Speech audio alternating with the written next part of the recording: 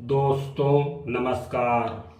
दोस्तों मैं प्रदीप कुमार वर्मा प्रस्तुत कर रहा हूँ अपनी एक स्वरचित कहानी जिसका शीर्षक है कब तक।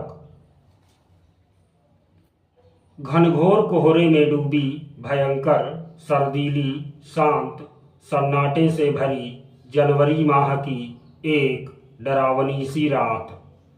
चारों ओर दूर दूर तक बस कोहरा ही कोहरा नजर आ रहा था। पूरा गांव कोहरे की चादर में लिपटा हुआ था। चारों ओर वीरानी सी छाई हुई थी। कहीं कोई हलचल नहीं।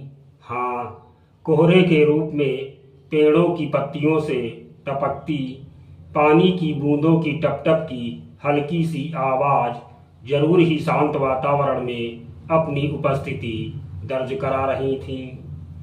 रात अपना लगभग आधा सफर पूरा कर चुकी थी।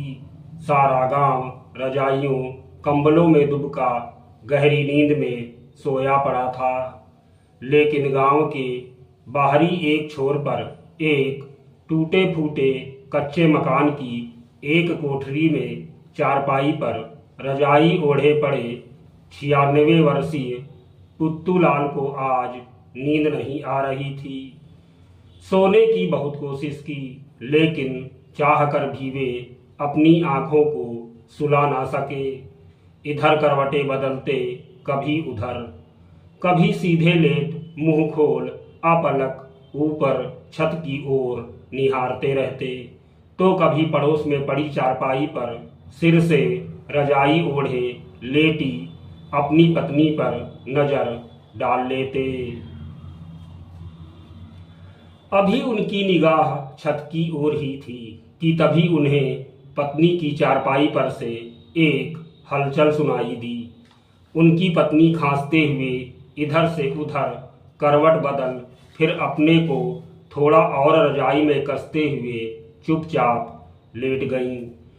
तो यह देख सुन पुत्तूलाल से रहा नहीं गया और वे आखिर बोल ही पड़े, जाग रही हो, सोई नहीं?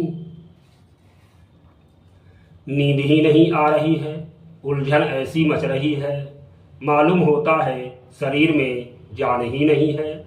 अजीब अजीब लग रहा है। बहुत ही धीरे कपकपाती आवाज में वह जैसे तैसे बोली और फिर उन्होंने पुत्तूलाल से पूछा, तुम ही नहीं सोए? आधी रात से ज्यादा का समय हो गया होगा और जाग रहे हो, सो जाओ। कैसे सोऊं? पता नहीं क्यों आज नींद ही नहीं आ रही है। बिल्कुल तुम्हारी तरह मेरी भी हालत है। बेचैनी ऐसी महसूस हो रही है, अजीब अजीब लग रहा है। फिर थोड़ा रुकने के बाद पुत्तूलाल अपनी पत्नी से बोले, चलो अब जाग ही रही हो तो कुछ बातें ही करो। क्या बात करूं?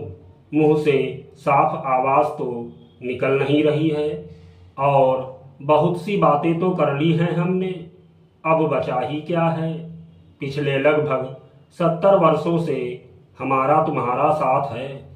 खूब प्रेम से जिंदगी गुजारी है हमने, आखिर और कब तक? और इसके बाद पुत्तूलाल की पत्नी की आवाज हमेशा के लिए बंद हो गई। पुत्तूलाल ने थोड़ी देर तक तो उनके कुछ बोलने का इंतजार किया, लेकिन जब वह नहीं बोली तो पुत्तूलाल बोले, लगता है सो गई है। सही तो बोल रही थी, आखिर कब तक? एक ना एक दिन तो हमारा साथ छूटेगा ही।